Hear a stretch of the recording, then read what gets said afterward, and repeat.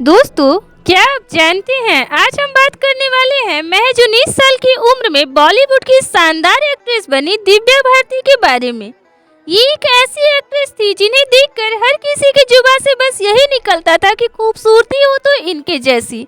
जिसने सिर्फ 19 साल की उम्र में वो मुकाम हासिल किया जो हर किसी का सपना होता है। कैसे इतनी छोटी सी उम्र में ये इतनी फेमस हीरोइन बन गई, और वो कौन सी एक्ट्रेस थी जिनकी फिल्म में दिव्या भारती ने छीन ली थी और वो दिव्या भारती की दुश्मन बन गई थी, और क्यों इन्होंने इतनी जल्दबाजी में महज 18 साल की उम्र में चोरी छिपे शादी कर ली, और आखिर ऐसा क्या हुआ था कि सिर्फ 19 साल की उम्र में अचानक से इनकी मौत हो गई थी। तो बताएंगे सब कुछ, आप बने रहे हमारे साथ वीडियो के अंत तक। दिव्या भारती का जन्म 25 फरवरी 1974 को मुंबई के महाराष्ट्र में हुआ था।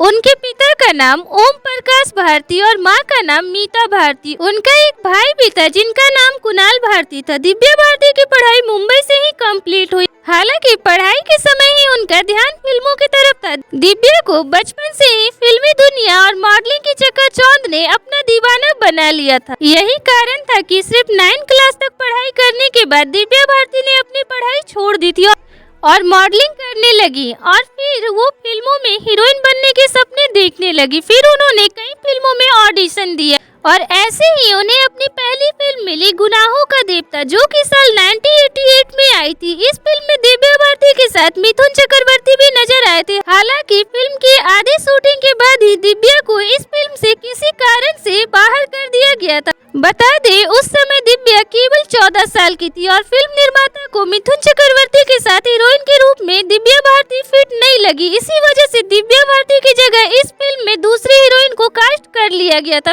फिर कुछ दिनों के बाद गोविंदा के भाई कृतिक कुमार ने दिव्या भारती को एक लाइब्रेरी में देखा और वो दिव्या की खूबसूरती के दीवाने हो गए। उन्होंने मन बना लिया कि फिल्म राधा के संगम में वो गोविंदा के साथ दिव्या भारती को ही कास्ट करेंगे। इसके लिए गोविंदा के भाई कृतिक ने दिव्या की मां से भी बात कर ली थी, लेकिन फिर अचानक से कृतिक की नजर जूही चावला पर पड़ी, तो फिर उन्होंने अपना मन बदल लिया और दिव्या की जगह जूही चावला को फिल्म में कास्ट कर लिया।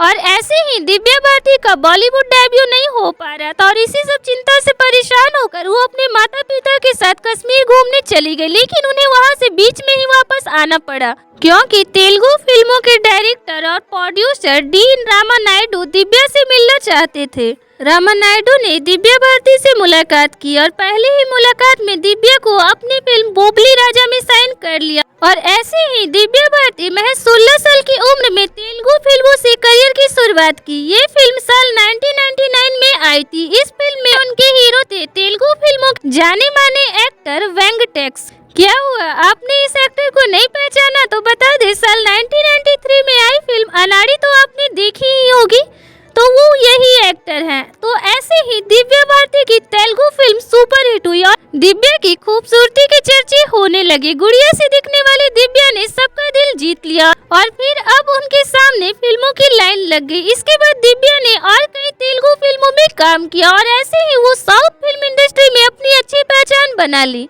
अब हर कोई दिव्या भारती को लेकर फिल्म बनाना चाहता था। दिव्या के चर्चे अब बॉलीवुड में भी होने लगे थे और उन्हें बॉलीवुड से भी ऑफर आने लगे थे। तो ऐसे ही दिव्या भारती ने अपनी पहली बॉलीवुड फिल्म किया दिल ही तो है, जो कि 1 जनवरी साल 1992 को रिलीज हुई थी, जिसमें दिव्या भारती के साथ जैकी श्रॉफ भी नजर आए थे। ये फिल्म हिट रही और इस फिल्म के गाने भी हिट हुए। इस फिल्म के चर्चे हो ही रहे थे कि कुछ दिनों के बाद उनकी फिल्म आई जिसका नाम था दिल का क्या कसूर, लेकिन अफसोस दिव्या की ये फिल्म हिट तो नहीं हुई, पर इस फिल्म के गाने हिट रहे, जिसे आज भी बहुत पसंद किया जाता है। ये 2 फिल्मों के बाद दिव्या भारती बॉलीवुड में भी छा गई।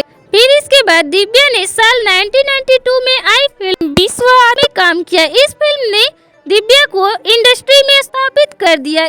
ये एक मल्टी स्टार फिल्म थी जिसमें दिव्या भारती सनी देओल के साथ नजर आई थी, और इस फिल्म का एक गाना सात समुंदर जो कि काफी हिट हुआ था, जिसे आज भी बड़ी चाव से सुना जाता है। लगातार 3 फिल्मों में काम करने के बाद दिव्या फेमस हो गई थी। अब दिव्या भारती को अपनी फिल्मों में लेने के लिए डायरेक्टर और प्रोड्यूसर पागल हो रहे थे। हर कोई उनके साथ काम करना चाहता था। फिल्म विश्व आत्मा के बाद उनकी फिल्म आई 16 और शबनम। इस फिल्म में वो गोविंदा के साथ नजर आई। ये फिल्म भी सुपरहिट रही। साथ ही इस फिल्म के गाने एवरग्रीन गानों की लिस्ट में शामिल हो गए। फिर दिव्या ने इसके बाद जान से प्यारा, दीवाना, बलवान गीत जैसी सुपरहिट फिल्मों में काम किया।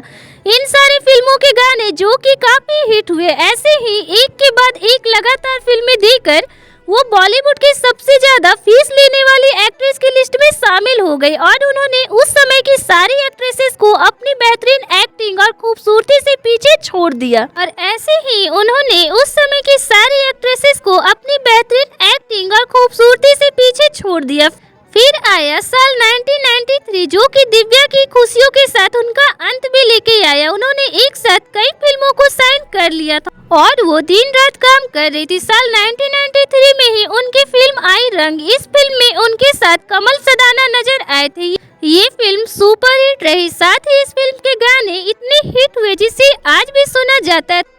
तो ऐसे ही दिव्या भारती ऐसी छा गई कि उनके हर महीने कोई न कोई फिल्म रिलीज हुआ करती और महज 19 साल की उम्र में उन्होंने सफलता हासिल कर लिया जो कि उस समय की हर हीरोइनों का सपना हुआ करता था। तो अब हम बात करते हैं दिव्या भारती के पर्सनल लाइफ के बारे में। दरअसल दिव्या भारती अपने फिल्मी करियर में काफी ऊंचाइयों पे जा चुकी थी कि फिल्म 16 और शबनम के दौरान दिव्या की मुलाकात साजिद नाडियावाला से हुई। कहा जाता है कि गोविंदा ने ही दिव्या और साजिद की मुलाकात करवाई थी और ऐसे ही दिव्या और साजिद अक्सर मिलने लगे। धीरे धीरे दोनों में दोस्ती हुई और फिर साजिद ने दिव्या को शादी के लिए प्रपोज किया। दिव्या साजिद के प्यार में पूरी तरह पागल हो गई थी और वो साजिद के प्यार में ऐसे पागल हुई कि अपने माँ बाप के खिलाफ जाकर इतनी कम उम्र में 10 मई साल 1991 में उन्होंने चोरी छिपे साजिद नाडियावाला से शादी कर ली और अब वो अपनी शादीशुदा जिंदगी के सपने संजोग ही रही थी कि शादी के कुछ दिनों बाद ही साजिद दिव्या को एक फ्लैट दिलवा दिए और वो दिव्या के साथ नहीं रहा करते थे। ऐसे ही कुछ समय चलते रहने के बाद दिव्या काफी दुखी रहने लगी क्योंकि वो साजिद के लिए अपने माँ बाप के खिलाफ गई। तो वही साजिद दिव्या को कभी भी पब्लिकली अपनी पत्नी होने का दर्जा नहीं दे रहे थे। ऐसे ही दिव्या के सारे सपने शादी को लेकर अधूरे ही रह गए जिसके चलते वो काफी चिड़चिड़ी सी रहने लगी थी और वो शराब की आदी हो गई थी। अब दिव्या को समझ आ गया था कि उन्होंने साजिद से शादी करके गलत किया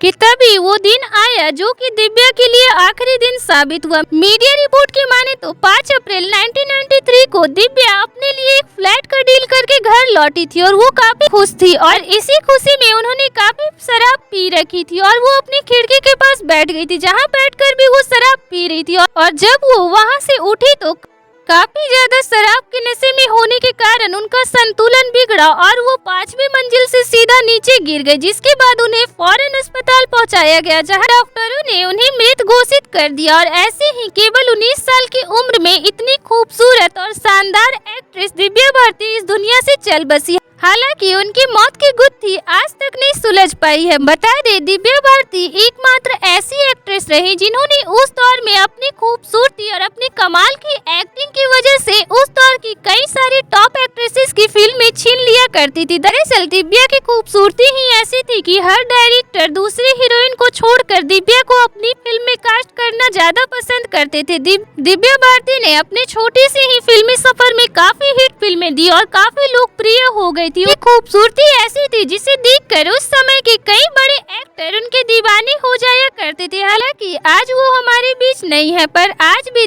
दिव्या भारती के जैसी शानदार एक्ट्रेस कोई दूसरी नहीं हो सकी। तो कुछ ऐसी रही दिव्या भारती की प्रोफेशनल लाइफ और पर्सनल लाइफ से जुड़ी बातें।